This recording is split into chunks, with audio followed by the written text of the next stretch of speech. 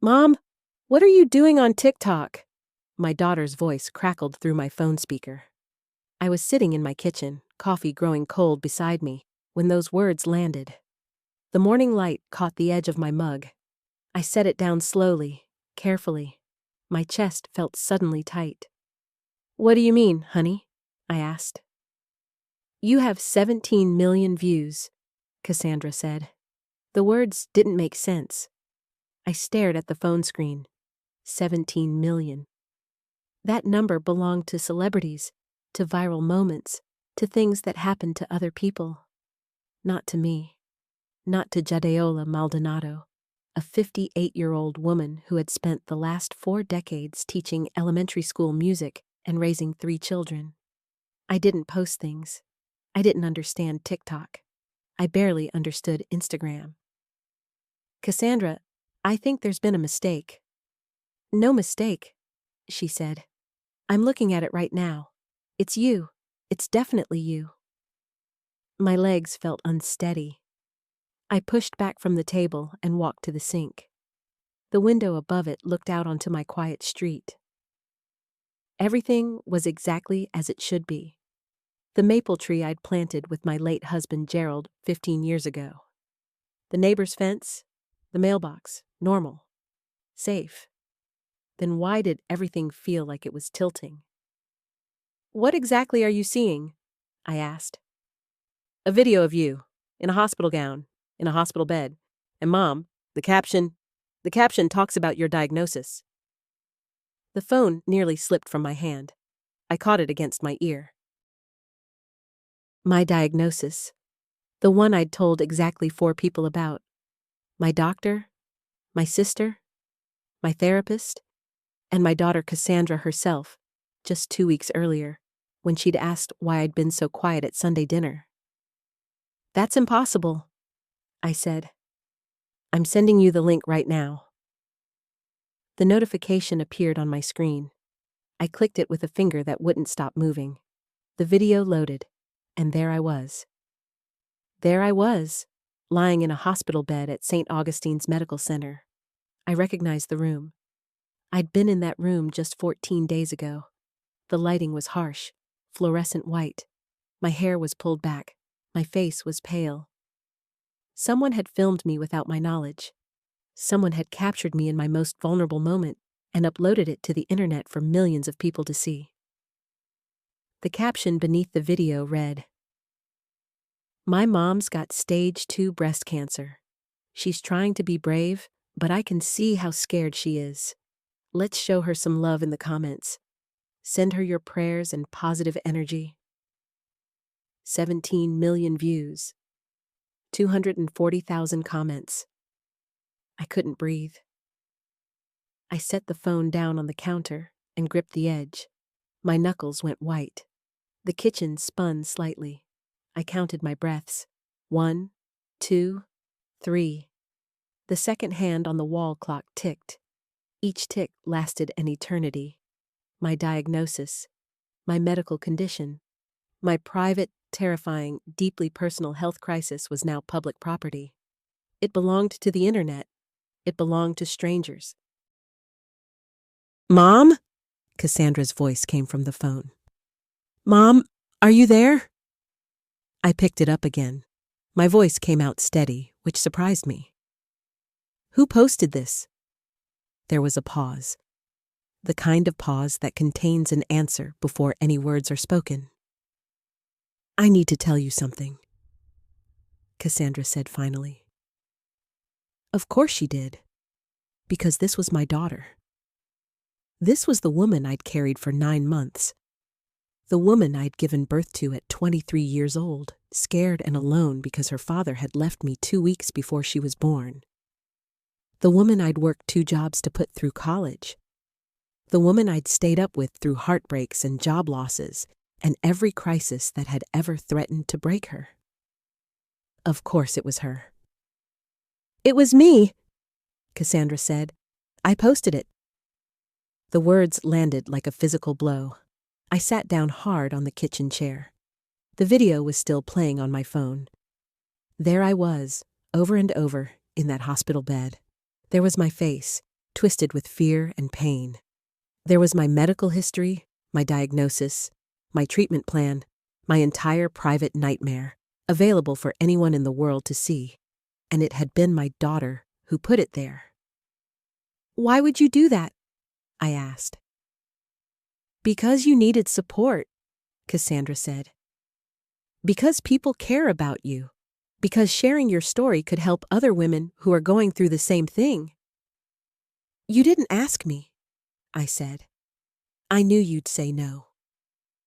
Those words, those 5 words, changed something fundamental in me. I knew you'd say no. She had made a conscious decision to betray my privacy, my autonomy, my right to control my own medical information, because she knew I wouldn't agree to it. She had decided that her judgment was better than mine. She had decided that my wishes didn't matter. "Take it down," I said. "Mom, it's already—" "Take it down right now. It's got so much engagement. People are being so supportive. There are comments from women who've been through cancer. There are comments from nurses and doctors sharing resources. This could actually help you." I ended the call. The silence that followed was deafening. I sat in my kitchen with my cold coffee and my phone and my 17 million viewers. I pulled up the video again. I scrolled through the comments. People I didn't know were offering prayers. People I didn't know were sharing their own cancer stories. People I didn't know were calling me brave. Brave. As if I'd chosen this. As if I'd wanted this exposure. As if my daughter hadn't made that choice for me. The next hour was spent in a state of numb horror. I called my sister Patricia. She was already aware. She'd seen the video. She'd been trying to call me. She told me the video was trending. It was on news websites. It was being shared by celebrities. It was everywhere. "Can't you report it?" Patricia asked. "She's my daughter," I said. I can't report my own daughter to social media. But I could call her back. Which I did, 20 minutes later, when the shock had worn off enough to be replaced by something sharper. Something closer to rage. "I want you to delete that video," I said. "I already told you I can't," Cassandra said. "It's gone viral.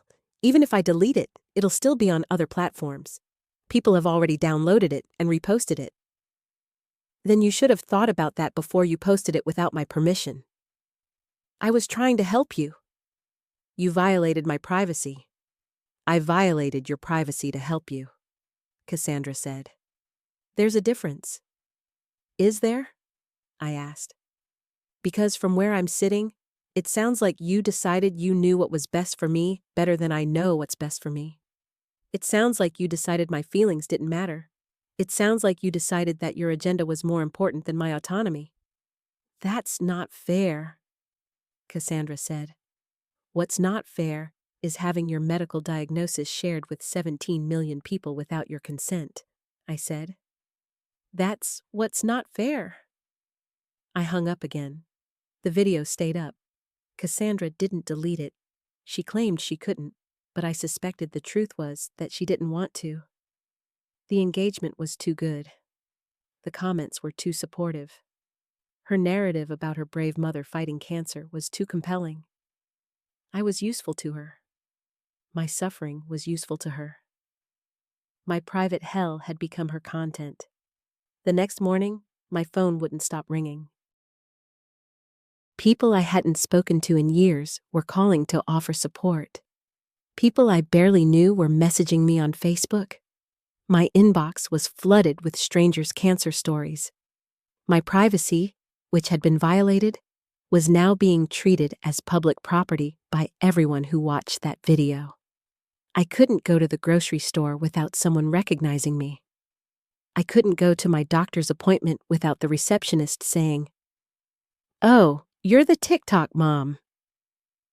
2 days after the video went viral, I got a call from my oncologist's office. Dr. Patel wanted to see me. She said it was important. I drove to St. Augustine's Medical Center, the same place where I'd been filmed without my knowledge, and I sat in her office with my hands folded in my lap. "I wanted to talk to you about privacy," Dr. Patel said. "About medical privacy, specifically." "I didn't consent to that video," I said. "I know," Dr. Patel said. "But that's not actually what I wanted to discuss. I wanted to discuss your treatment plan." She pulled up my chart on her computer. Her expression was serious. "Your diagnosis is stage 2 breast cancer," she said. "Your treatment plan includes chemotherapy followed by surgery and radiation. This is going to be difficult. It's going to be painful. It's going to make you sick. You're going to lose your hair. You're going to be exhausted. You're going to have days where you don't think you can go on." "I know," I said. "But what you don't know is that now, when you're going through this, you're going to be dealing with it in public," Dr. Patel said. "You're going to be dealing with strangers' expectations. You're going to be dealing with people who want you to be brave for them. People who want you to be inspiring for them. People who want to use your suffering as content." "I didn't ask for that," I said. "No, you didn't," Dr. Patel said. "But now it's happening. And I want you to know that you have the right to grieve this. You have the right to be angry about this. You have the right to set boundaries about this. And if you need to, we can refer you to a therapist who specializes in this kind of thing." I started therapy that week. Dr. Marcus Chen was a woman in her 60s who had the kind of calm presence that made you want to tell her everything. I told her about the video. I told her about Cassandra. I told her about the violation I felt. I told her about the anger that was building inside me like a pressure cooker with no release valve. "Your daughter violated your trust," Dr. Chen said. "That's the core issue here. It's not about the video. It's not about TikTok. It's about the fact that someone you loved and trusted decided that her judgment was more important than your autonomy." "I keep thinking about all the times I sacrificed for her," I said. "All the times I put her needs before my own, and this is how she repays me." "That's a painful thought," Dr. Chen said. "But I wonder if there's something else underneath it." "What do you mean?" "I mean that sometimes we sacrifice for our children expecting that they'll understand the value of that sacrifice," Dr. Chen said. "And when they don't, we feel betrayed. But the truth is, we can't control how they use what we give them. We can only control what we give." The words landed hard. I spent the next week thinking about them. I thought about all the times I'd expected gratitude from my children. All the times I'd expected them to understand my sacrifices. All the times I'd expected them to make the choices I would have made. And I realized that I'd been doing the same thing to them that I was now angry at Cassandra for doing to me. I'd been deciding what was best for them. I'd been deciding that my judgment was better than theirs. But there was a difference. My sacrifices had been born out of love. Cassandra's video had been born out of something else. Ambition, maybe. Or a need for validation. Or a fundamental misunderstanding of what privacy meant. Or all of those things combined. I decided to confront her. Not over the phone. In person. I drove to her apartment on a Saturday morning. She lived in a small place in the downtown area, a one-bedroom that I'd helped her pay the deposit for when she'd first moved out. She opened the door and her face went pale when she saw me. "Hi, Mom," she said. "We need to talk," I said. She let me inside. Her apartment was a mess.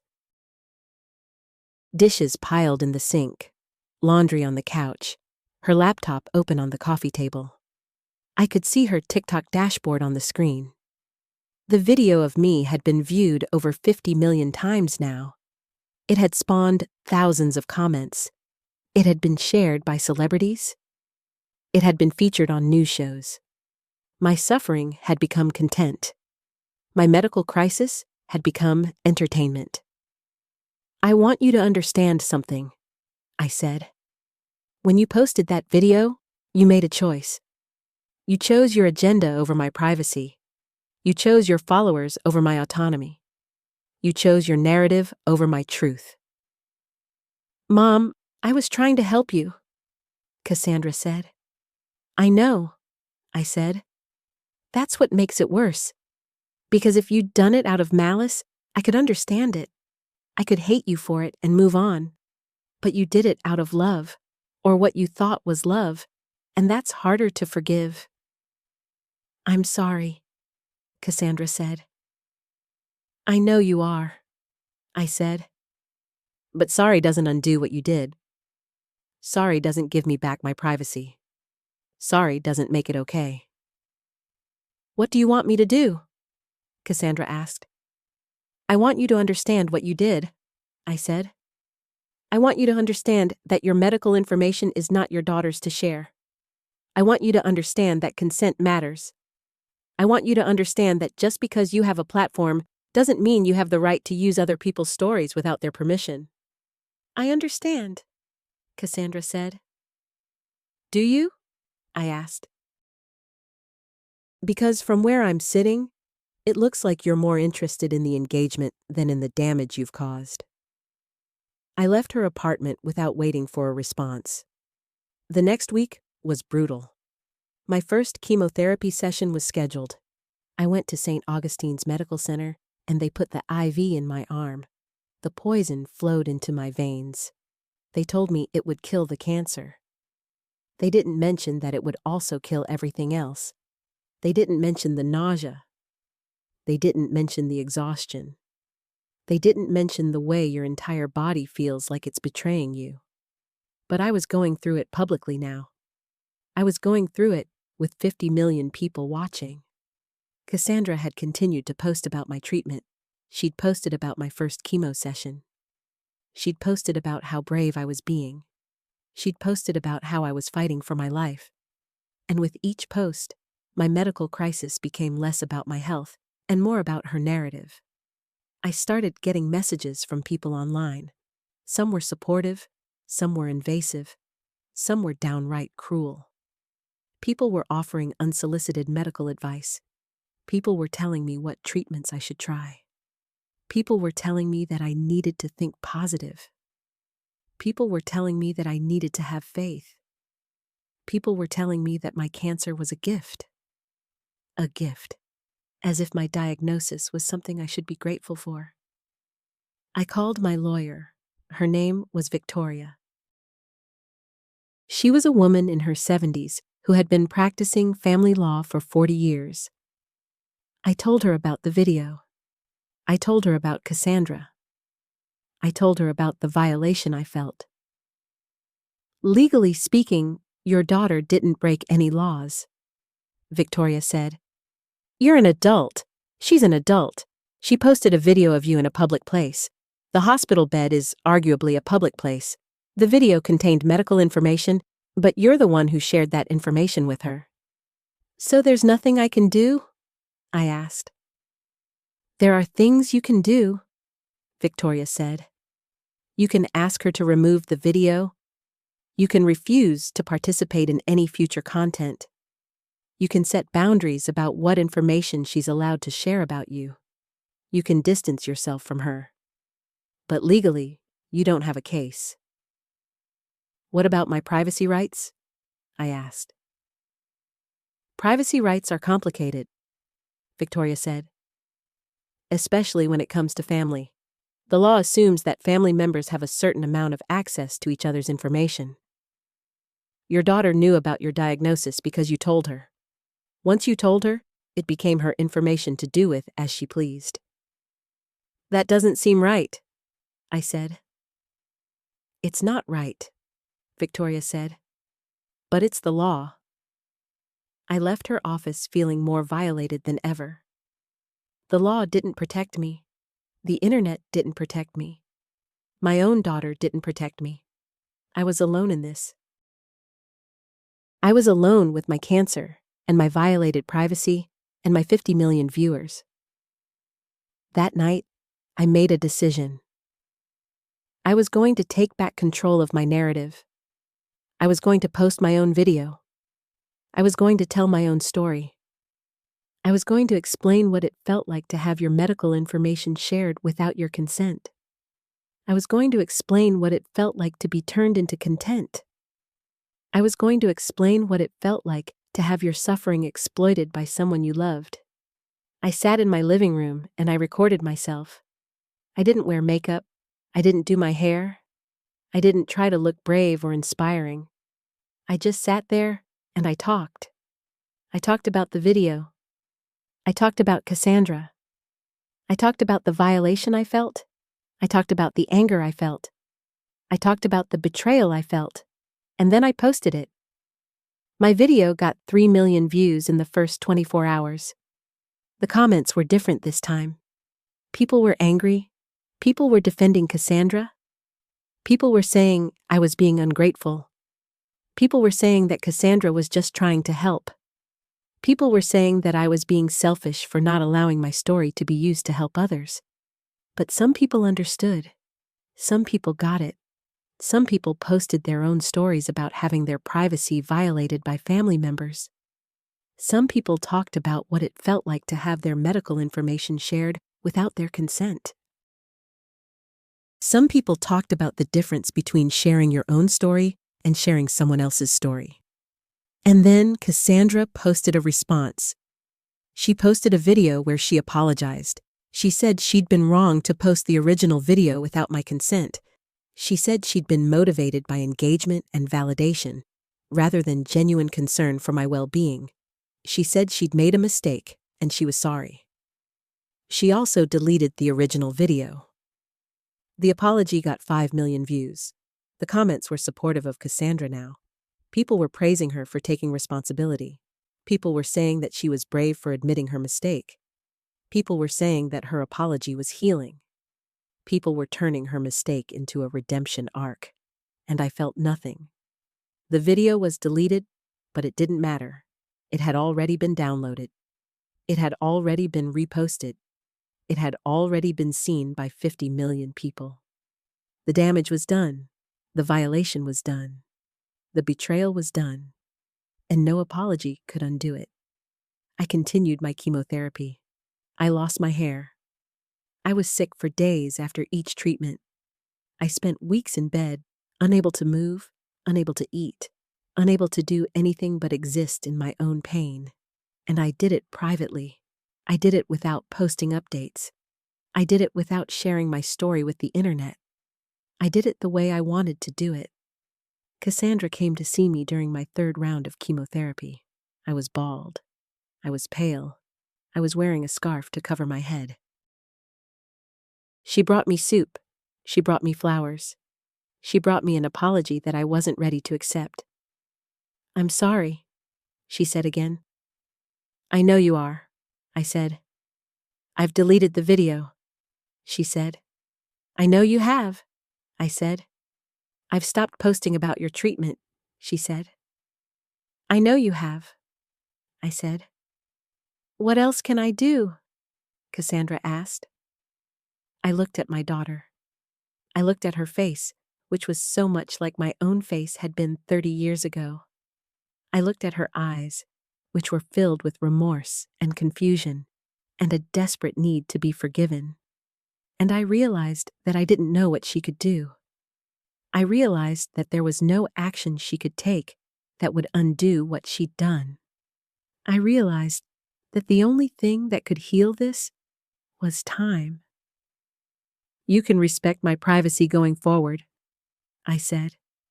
"You can ask me before you share anything about me. You can understand that my medical information is mine to control. You can understand that just because you have a platform doesn't mean you have the right to use other people's stories." "I understand," Cassandra said. "Do you?" I asked. "Because I'm not sure you do. I'm not sure you understand what it felt like to have your most private, most terrifying moment shared with 50 million strangers." "You're right," Cassandra said. I don't understand, but I'm trying to. She stayed with me that evening. She made me tea. She sat with me while I was sick. She held my hair back while I vomited. And even though I was still angry, even though I was still hurt, I let her be there. Because she was my daughter. Because she was trying. Because forgiveness, real forgiveness, takes time. The video of my medical crisis eventually faded from the internet. New content replaced it. Other people's stories became the trending topics.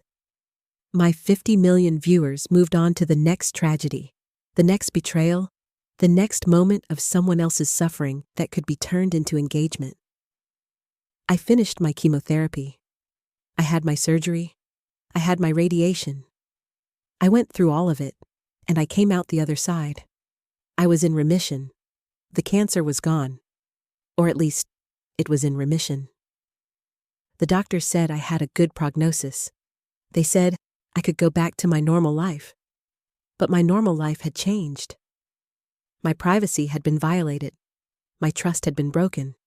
My medical information had been shared with the world. And even though the video was gone, even though the engagement had faded, the violation remained. It was like a scar. It was like something that had happened to me and would always be a part of my story. I went back to teaching. I went back to my quiet life. I went back to my routine. But I was different now. I was more careful about what I shared. I was more aware of who I trusted. I was more conscious of the fact that my story was mine to control, and no one else had the right to take that control away from me. Cassandra and I rebuilt our relationship slowly. She respected my privacy. She asked before she shared anything about me. She understood, in a way that she hadn't before, what it meant to violate someone's autonomy. She understood that love sometimes means respecting boundaries, even when you think you know what's best. But the damage was done. The trust was broken. And even though we healed, even though we forgave, there was always going to be a part of me that remembered what it felt like to have my worst moment turned into content. There was always going to be a part of me that was wary of what information I shared with my daughter. There was always going to be a part of me that understood in a visceral way that privacy was not a luxury, it was a right. A year after the video went viral, I received a message from a woman named Elena. She said she'd seen my response video. She said she'd been inspired by my courage in speaking up about what had happened to her. She said that she'd had her own medical information shared by a family member. She said that my story had helped her understand that she wasn't alone. She said that she'd decided to set boundaries with her family member. She said that she was going to take back control of her own narrative. I read her message 3 times, and I realized that something good had come out of this violation. Something healing. Not for me, not directly, but for someone else. Someone else had been empowered by my pain. Someone else had been helped by my anger. Someone else had learned from my betrayal. And I wasn't sure if that made it okay. I wasn't sure if that meant that Cassandra's violation had been worth it. But I was sure that I had survived it. I was sure that I had come out the other side. I was sure that I had taken back control of my story, and that was something. Today, I'm 4 years into remission. My hair has grown back. My strength has returned. My life has gone back to normal, or at least as normal as it can be after something like that. I still teach music to elementary school children. I still live in the same house. I still have the same quiet life that I had before the video went viral. But I'm different now. I'm more aware. I'm more protective of my privacy. I'm more conscious of the fact that my story is mine to tell, and no one else has the right to take that away from me. I've learned that love doesn't always mean respecting boundaries. Sometimes love means violating them, and sometimes the only way to heal from that violation is to reclaim your narrative and tell your own story. Cassandra is still my daughter. I still love her, but I'm more careful now about what I share with her. I'm more aware of the fact that she has a platform, and that platform can be used to amplify my voice or to exploit my pain. I've learned to set boundaries. I've learned to protect myself. And I've learned that forgiveness doesn't mean forgetting. It means moving forward, even when the trust has been broken. If you've had your privacy violated by someone you love, know that you're not alone. Know that your story is yours to tell.